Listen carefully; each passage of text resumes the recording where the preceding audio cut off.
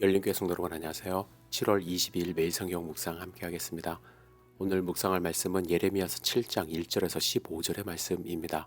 함께 읽겠습니다. 여호와께로부터 예레미야에게 말씀이 임하니라. 이르시되 너는 여호와의 집 문에 서서 이 말을 선포하여 이르기를 여호와께 예배하러 이 문으로 들어가는 유다 사람들아, 여호와의 말씀을 들으라. 만군의 여호와 이스라엘의 하나님께서 이와 같이 말씀하시되 너희 길과 행위를 바르게 하라. 그리하면 내가 너희로 이곳에 살게 하리라. 너희는 이것이 여호와의 성전이라, 여호와의 성전이라, 여호와의 성전이라 하는 거짓말을 믿지 말라. 너희가 만일 길과 행위를 참으로 바르게 하여 이웃들 사이에 정의를 행하며 이방인과 고아와 과부를 압제하지 아니하며 무죄한 자의 피를 이곳에서 흘리지 아니하며 다른 신들 뒤를 따라 화를 자초하지 아니하면 내가 너희를 이곳에 살게 하리니 곧 너희 조상에게 영원 무궁토록 준 땅이니라. 보라, 너희가 무익한 거짓말을 의존하는도다. 너희가 도둑질하며 살인하며 간음하며 거짓 맹세하며 바알에게 분향하며 너희가 알지 못하는 다른 신들을 따르면서 네 이름으로 일컬음을 받는 이 집에 들어와서 내 앞에 서서 말하기를 우리가 구원을 얻었나이다 하느냐. 이는 이 모든 가증한 일을 행하려 함이로다.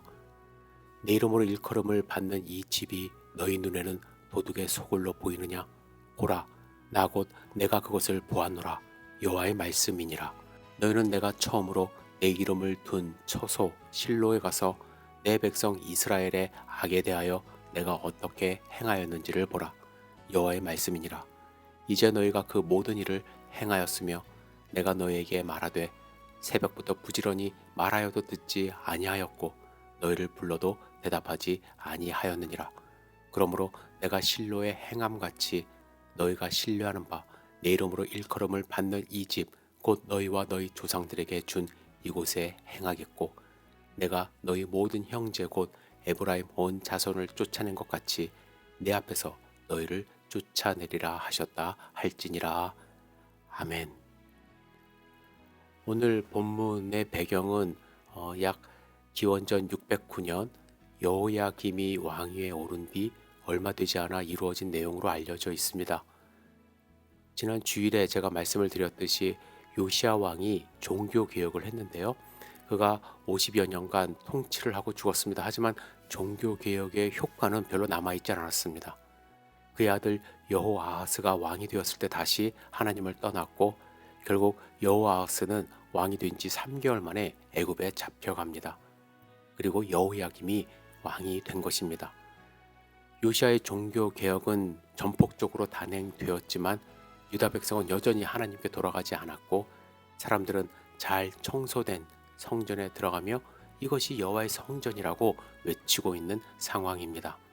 예레미야가 여호와의 집 문에 서서 그 문으로 예배하러 들어가기 위해서 오는 유다 사람들을 향해 하신 하나님의 말씀은 어떤 내용입니까? 3절에 보시면 만군의 여호와 이스라엘의 하나님께서 이와 같이 말씀하시되 너희 길과 행위를 바르게 하라. 그리하면 내가 너희로 이곳에서 살게 하리라.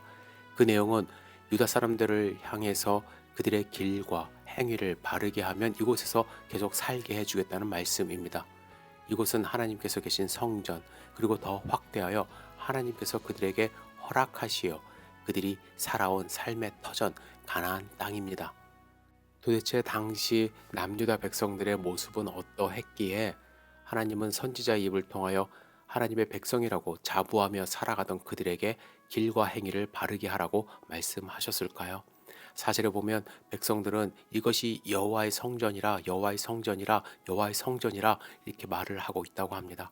이 말씀은 당시 유다 백성들은 하나님께서 거하시는 성전이 있기 때문에 그들의 삶이 어떠하든지 여호와께서 계신 성전에만 들어오면 거룩해진다는 생각을 가지고 살았던 것입니다. 하나님은 우리가 드리는 예물이나 화려한 겉모습이 아니라 우리의 중심을 보시기 때문에 진실하게 정성을 다하여 하나님을 섬기고 예배하는 자들을 기뻐하시는 분인데 유다 백성들은 삶에서는 온갖 거짓과 잘못된 행위를 범하고도 단지 성전에 들어왔다는 사실 하나로 그들은 안전하다고 생각했던 것입니다. 그들은 겸손하게 하나님 앞에 서지 않았습니다. 그래서 성전문을 들어오는 많은 사람들을 향해 온갖 교만과 거짓에 물들어서 하나님의 심판을 앞둔 하나님의 백성을 향해 강하게 꾸짖으시며 이곳이 여호와의 성전이라고 말하는 그 거짓말을 믿지 말라고 말씀하고 있습니다. 하나님은 5절부터 악에 빠져 제대로 그 길을 가지 못하고 온전히 행하지 못하는 유다 백성들을 향해서 그들이 어떻게 살아야 할지를 말씀하세요. 이는 8절부터 10절의 말씀을 통해서 알 수 있듯이 그들의 실제 생활이 도둑, 살인, 간음, 거짓 맹세, 우상 바알에게 분향하는 것, 알지 못하는 신들을 따르면서 스스로 구원을 얻는다고 생각하고 있었기 때문에 이러한 가증한 일들을 행하는 유다 민족이 그들의 잘못을 돌이켜 이웃 사이에 정의를 행하고 이방인과 고아와 과부를 압제하지 않고 무죄한 자의 피를 흘리지 않고 다른 신들을 따라 화를 자초하지 않는다면 하나님은 하나님께서 함께 하시는 성전, 하나님께서 허락하시는 가나안 땅에 머물 수 있지만 계속해서 그러한 행동을, 삶을 계속한다면 하나님의 심판을 받게 될 것임을 말씀하고 있습니다. 이런 일에 대해서 12절에 하나님은 너희는 내가 처음으로 내 이름을 둔 처소 실로에 가서 내 백성 이스라엘의 악에 대하여 내가 어떻게 했는지를 보라고 말씀하십니다. 실로라는 곳은 어떻게 되었습니까? 이스라엘 백성이 가나안 땅에 들어왔을 때부터 사무엘의 어린 시절까지 이스라엘 백성들이 메고 온 법궤와 함께 성막이 있던 곳이 실로입니다. 하지만 블레셋 사람들의 손에 넘겨졌어요. 빼앗겼습니다. 결국 그렇게 유명했던 실로는 이스라엘의 죄로 인하여 폐허로 남게 된 것입니다. 하나님의 법궤와 하나님의 거하시는 성막만 있으면 패하지 않을 것으로 착각하고 있던 이스라엘 백성들에게 실질적으로 경고와 심판이 이루어진 것이 실로입니다. 그런데 지금 그들은 그 경고를 잊고 과거를 잊고 똑같은 삶을 살고 있는 것이죠.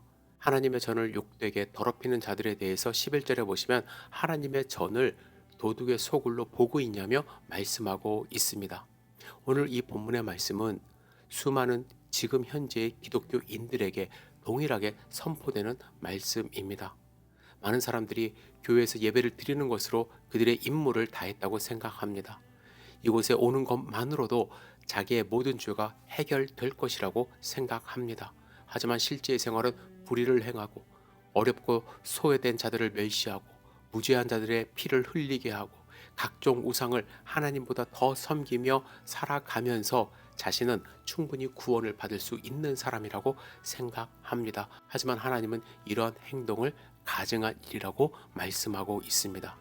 여러분, 오늘 우리 예레미야 선지자를 통해서 선포하신 하나님의 이 말씀 겸허하게 받아들여야 할 것입니다.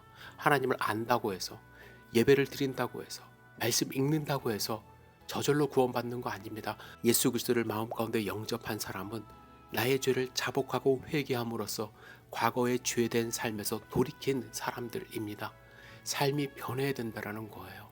여러분, 혹시 그냥 하나님을 안다고 해서 내가 어릴 때부터 교회 다녔다고 해서 나는 자동적으로 구원을 받았다고 착각하며 사는 것은 아닌지요.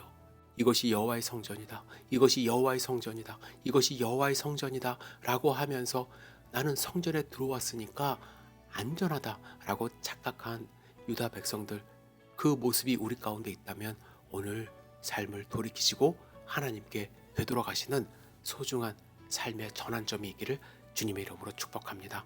기도하겠습니다. 전능하신 주님, 오늘 하루의 삶을 온전히 주님께 의지하며 드립니다. 주님, 하나님의 말씀을 통해서 나의 삶을 반추해 볼 수 있도록 인도하여 주시옵소서. 하나님께 회개할 것이 있으면 이 순간 회개할 수 있도록 인도하여 주시고 하나님만 의지하는 삶을 살 수 있도록 주여 축복하여 주시옵소서. 우리의 삶을 온전히 주님께 의지하며 드립니다. 예수님의 이름으로 기도드렸사옵나이다. 아멘.